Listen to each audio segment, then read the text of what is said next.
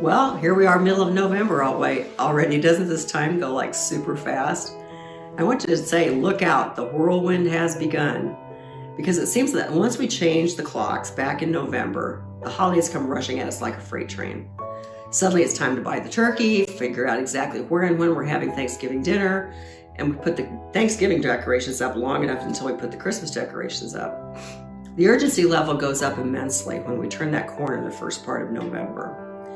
One of my most memorable Thanksgivings was the year my parents, my brothers, my grandma and I flew out to Denver to spend the holiday with my aunt and uncle in Littleton. We'd been out there many, many summers for vacations, but never during a holiday, and this was the first trip by air for all of us. I was in college that year, so it was great to have this special thing to look forward to, even though we'd missed my mom's great cooking that year. But the experience of being in Colorado for the holidays far surpassed tradition for that one year. It was a great time gathered around the table, hearing family stories and reconnecting with extended family. My brothers and I even got dropped off to go to a movie that weekend in the big city, all by ourselves, and I'm not even sure what the movie was, but the whole experience was amazing.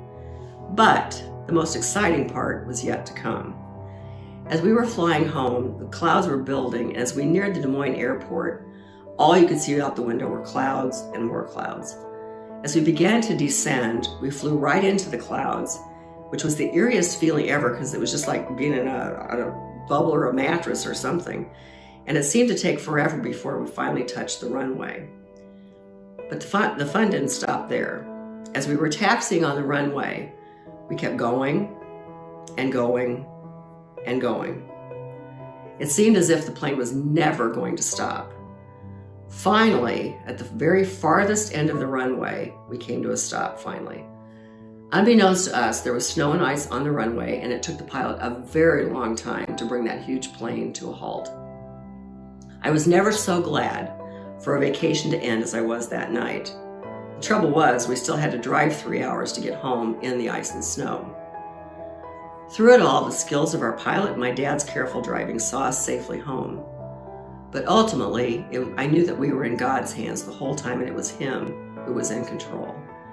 We honestly didn't know what the outcome was going to be that night or how close we came to a potential disaster because they couldn't get that plane stopped.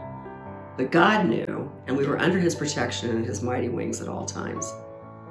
Whoever dwells in the shelter of the Most High will rest in the shadow of the Almighty. I will say of the Lord, He is my refuge and my fortress, my God in whom I trust. That's from Psalm 91. We live in uncertain times, and it seems like things change around us so fast.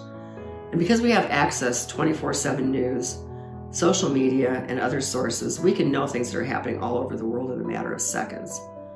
We may feel like the world's coming at us from all directions and feel uncertain of our safety or our well-being and the protection of those that we love.